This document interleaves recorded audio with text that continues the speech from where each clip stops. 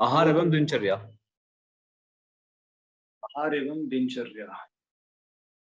देखिए, इसमें दो प्रकार के आहार की बात की गई। एक तो निषिद्ध आहार।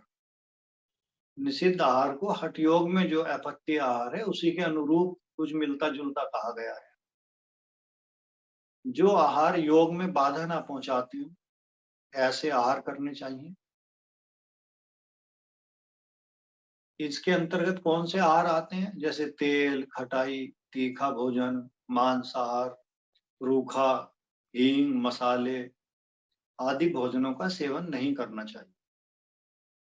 फिर क्या बात करते हैं? आहार के संबंध में मिताहार की बात करते हैं। मिताहार की अवधारणा है इसमें। योग अभ्यास की प्रारंभिक अवस्था में दूध, घृत आदि भोजन सर्वश्रेष्ठ होता है। गेहूं, चावल, मूंग आदि भोजन योग में सहायक होता है। इस प्रकार के कम मात्रा में भोजन को ग्रहण करना चाहिए।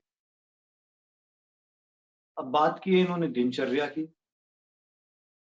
तो दिनचर्या का क्या अर्थ है? सोकर उठने के बाद रात्रि में पुनः सोने तक जो कार्य किए जाते हैं उन कार्यों को दिनचर्या कहते हैं। और ऐसे कार्य जो स्वस्थप्रद हों। कार्य तो हम किसी को गाली भी दे सकते हैं, वो भी कार्य है, बट स्वास्थ्यपरक थोड़ी है। हम किसी का अहित भी कर सकते हैं, बट स्वास्थ्य लाभ थोड़ी मिलेगा उससे, और मानसिक उद्विग्नता और मानसिक विक्षेप पैदा होंगे। तो कैसे कार्य करने? जो आपको स्वास्थ्य प्रदान करते हो, जो आपके मन को साधना में, आपका जीवन साधना में लगाते हो, आपके जीवन को ऊंचा उठाते हो, ऐसे कार्य उस दिनचर्या में करने चाहिए।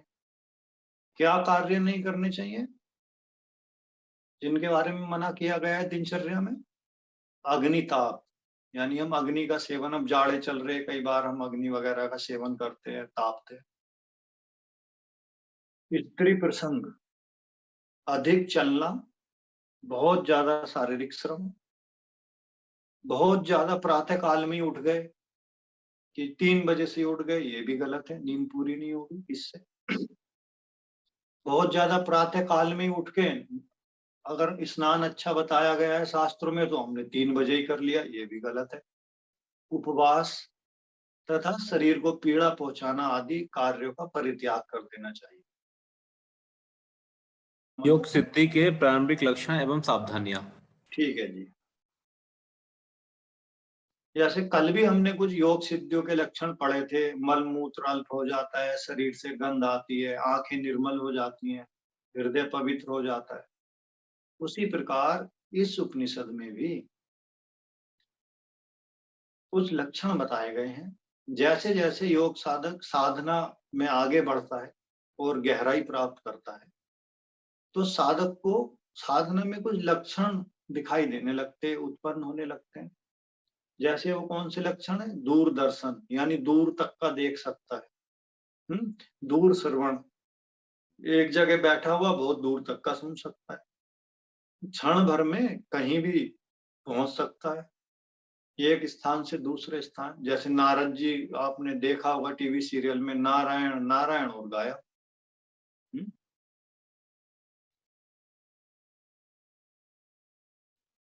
रूप धारण कर सकता है, रूप सामीप्य, रूप धारण करने की शक्ति आ जाती है।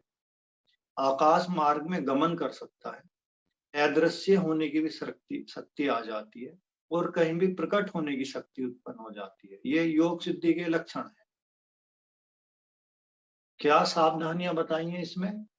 साधक को ये योग सिद्धियां कहीं भी प्रदर्शित नहीं करनी चाहिए। अपने मान सम्मान, बड़ाई के कारण ये इनका प्रदर्शन नहीं करना चाहिए। और साधक को इन शक्तियों को माया या तुच्छ मान के इनका परित्याग कर देना चाहिए। ऐसा ना करने से साधक को साधना में हानि होती है और साधना में विघ्न उत्पन्न होते हैं। इसलिए इन सिद्धियों को गुप्त रखना चाहिए। योगियों को सिद्धियों का परित्याग करके साधना में लग जाना चाहिए।